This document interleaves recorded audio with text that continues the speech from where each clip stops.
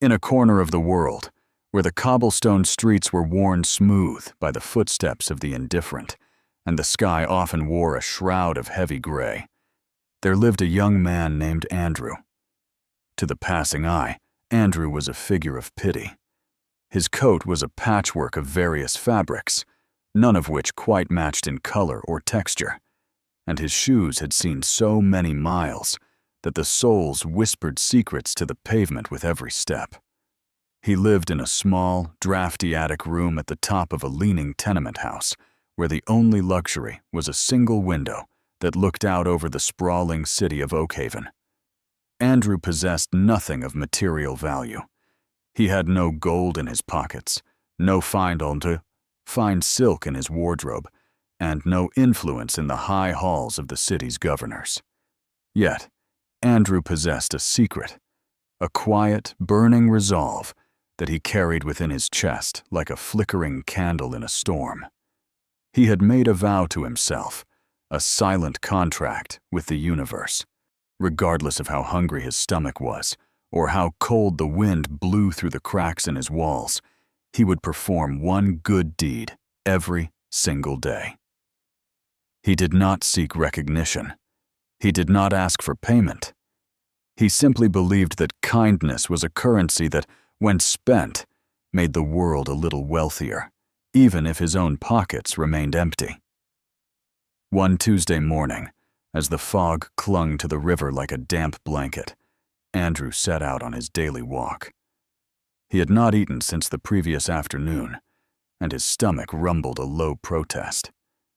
As he crossed the marketplace, he noticed an elderly woman, Mrs. Gable, struggling with a heavy wooden crate of apples. Her hands were gnarled like the roots of an ancient oak, and her breath came in short, ragged puffs. The merchants around her were busy shouting their prices, ignoring the frail woman who had tripped and spilled half her harvest onto the muddy ground. Without a word, Andrew knelt in the dirt. He began gathering the bruised fruit, polishing them against his sleeve before placing them gently back into the crate.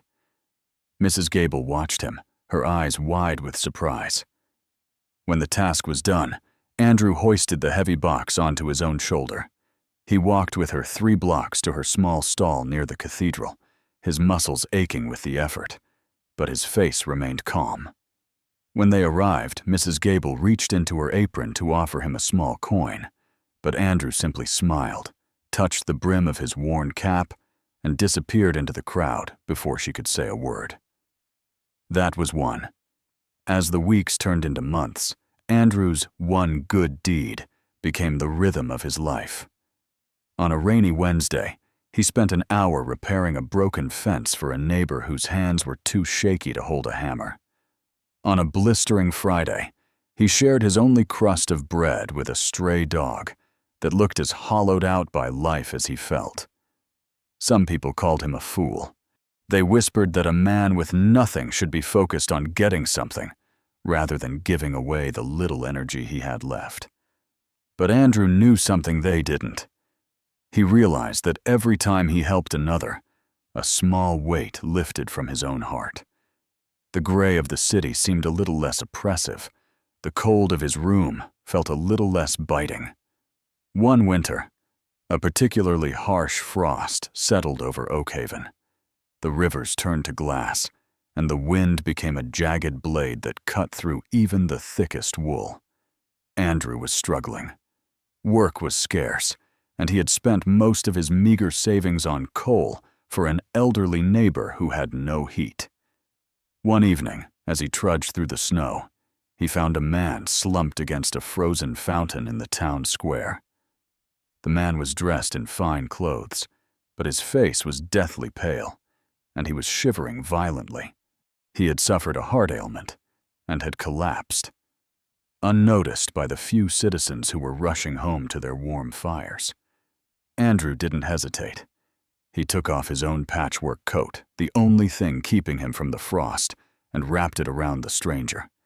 He began rubbing the man's hands to bring back the circulation, shouting for help until his voice grew hoarse.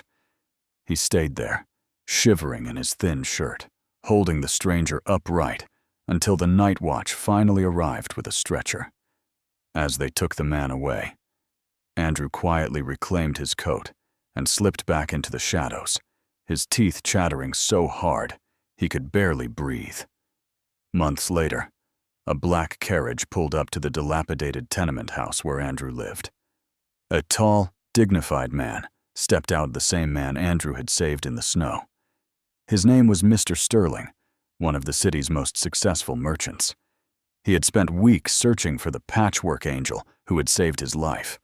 When he found Andrew in his tiny attic room, he was shocked by the poverty he encountered. Mr. Sterling offered Andrew a position in his company, a high-paying job with a beautiful home and every comfort imaginable. It was the moment every poor soul dreams of: the sudden turn of fortune, the end of suffering. But Andrew looked at the man and asked a simple question. If I take this, will I still have time to walk the streets and look for those who are falling? The merchant was stunned. He realized then that Andrew's wealth wasn't something that could be stored in a bank. It was a state of being. Mr. Sterling did not just give Andrew a job, he gave him a mission. He funded a foundation where Andrew could organize efforts to help the city's forgotten people, providing him with the resources to do 1,000 good deeds a day instead of just one.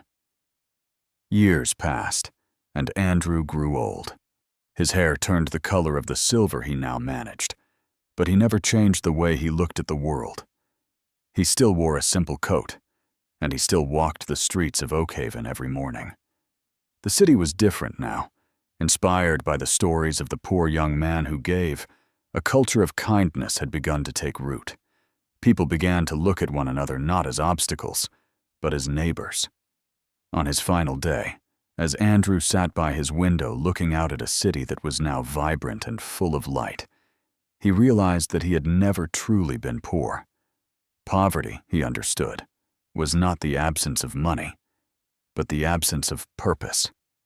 Wealth was not the accumulation of things, but the distribution of love. He had started with nothing but a single daily act of kindness, and in doing so, he had built a kingdom that no frost could touch and no wind could blow down.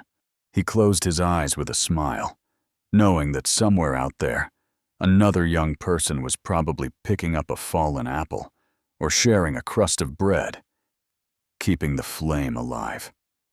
For in the end, we are not remembered by what we kept for ourselves, but by the traces of light we left behind in the lives of others. The legacy of Andrew was not written in stone or gold, but in the softened hearts of a city that had learned, one day at a time, how to be truly human.